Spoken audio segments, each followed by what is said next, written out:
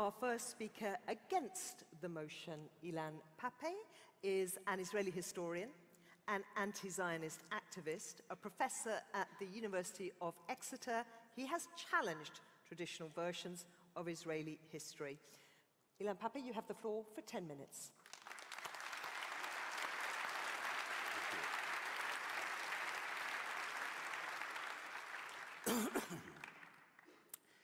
The equation that is being put in front of you tonight is both outrageous and ridiculous. If only because it makes every Palestinian in the world, almost everyone who lives in the Arab and Muslim world, anyone who regards themselves as liberal or on the left, it turns all these people into anti-Semites. Whereas quite a few people who regard themselves as Zionists, like the Christian Zionists, are actually anti-Semites themselves.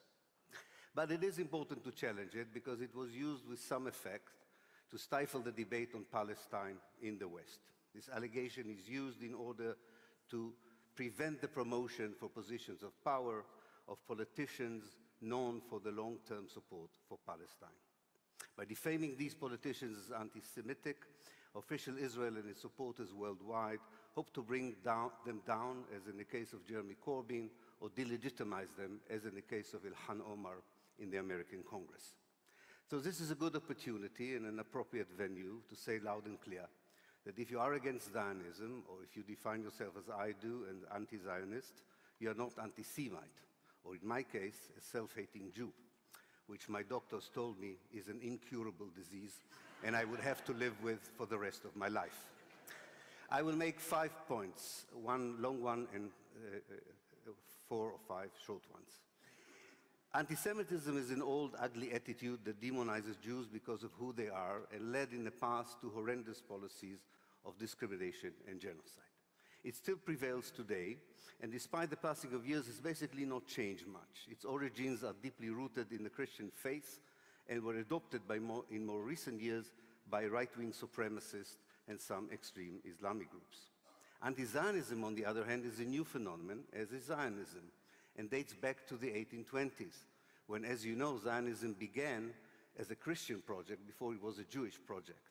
And then it was part of an internal debate within evangelical Christianity. Anti-Zionism then was a moral position against romantic nationalism and Christian fundamentalism that today we call Christian Zionism. Christian Zionism is an evangelical belief that the return of the Jews to Palestine would precipitate the second coming of the Messiah, the resurrection of the dead, and the conversion of the Jews to Christianity or their barbecuing in hell.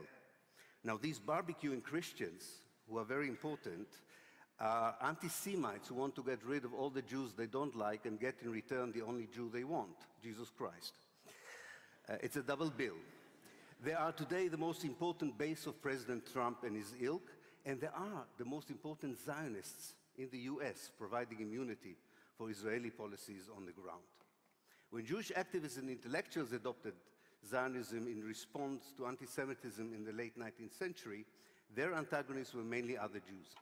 They were either Orthodox Jews who saw a premature return to Palestine as tampering with the will of God and regarded as a heresy the substitution of rich monotheistic religion with the ideologically poor modern idea of romantic nationalism.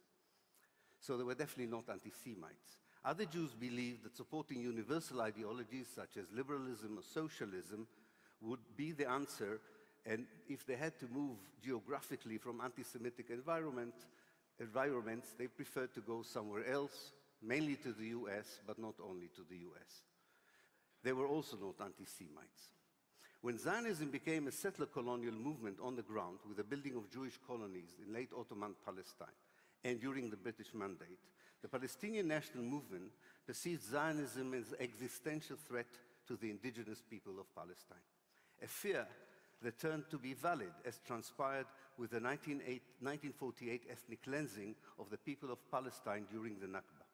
Opposing the Jewish settlers and their plans for the Palestinians' homeland was not anti-Semitic, but anti-colonialist, very much as the Algerians objected to the colonization of Algeria.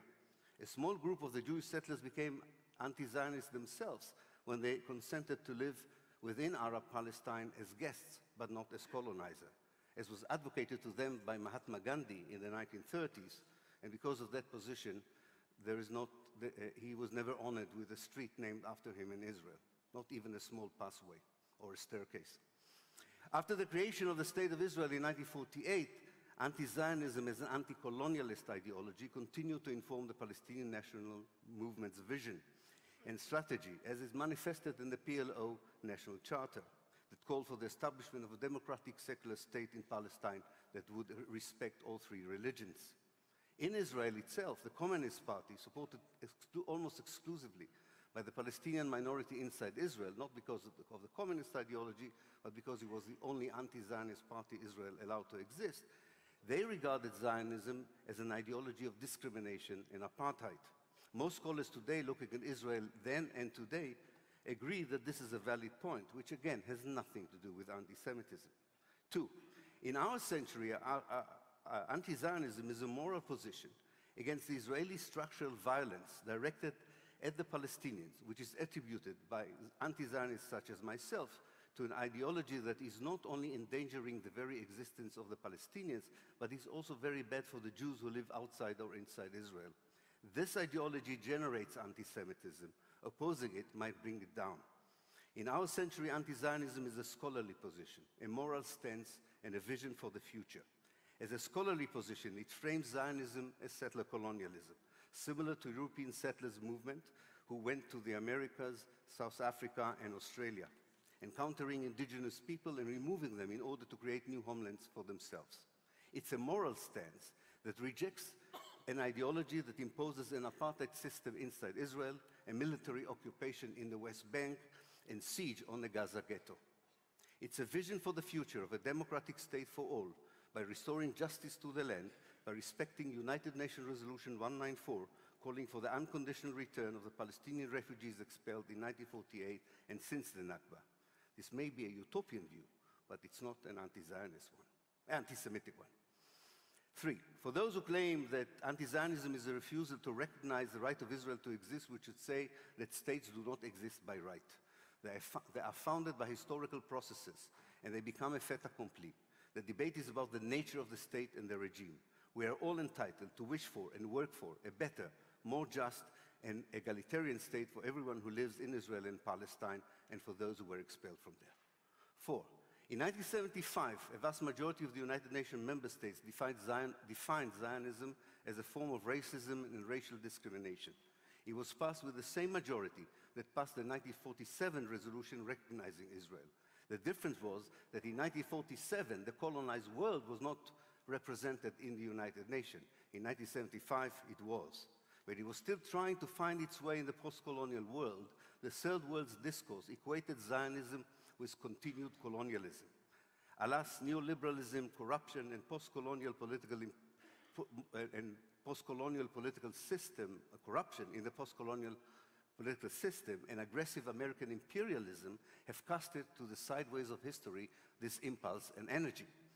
But at its height and within it, anti-Zionism was part of the wish of the colonized people to build a better and more just world. Again, nothing to do with anti-Semitism. When the 1975 resolution was revoked in 1991, the debate on Zionism entered a new phase, its present phase. After the horrific events in 9/11 and the so-called war and terror, the Israeli Hasbara invented the threat of a new anti-Semitism. This was the only way to repel the moral outrage people around the world felt towards the policies of incremental genocide in the Gaza Strip and the brutal oppression of the West Bank. If you voiced criticism against these policies, you were depicted as a new anti-Semite, and the Israeli academia was recruited to provide scholarly scaffolding for such an accusation. The Western elites bought or were intimidated into buying this false allegation, but the civil society, and in particular the younger generation, reject with disgust this attempt to silence them. They know enough to call the bluff and understand the full meaning of solidarity with the Palestinians. They demonstrate in the streets, in their campuses, and join the Palestinians on the ground at a personal cost to show how outrageous it is to call the pure struggle for justice anti-Semitic.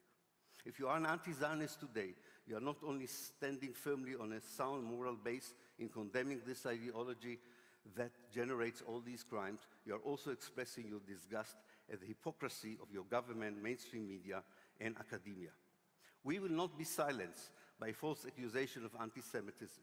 And neither should the British Labour Party be intimidated by cynical media without a moral backbone or sinister legislation efforts utilizing a justified struggle against terror in order to provide immunity to Palestine's colonizers and oppressors.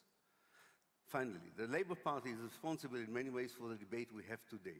We all know that the so-called revelation of institutional racism, institutional anti-Semitism in the Labour Party began not on the day that Corbyn was elected as a leader, but after 2 attempts to depose him and failed. Then suddenly the campaign emerged. I know the force of this campaign of intimidation. I faced it myself. It is ugly, unfair, and destabilizing. But a proud party with a historical role of defeating fascism in this country in the 1930s should not so easily succumb to false allegation of anti-Semitism. Finally, we should retake, five sentences. Let us retake the conversation and prioritize it. Let us discuss how to stop the destruction of Palestine and the Palestinians, which the Trump's deal of the century wants to do. Let us fight violent fanaticism wherever we encounter it. Uproot racism of all kinds without building a hierarchy of victims, and remove silly and outrageous equations like the one titling the event tonight. Thank you.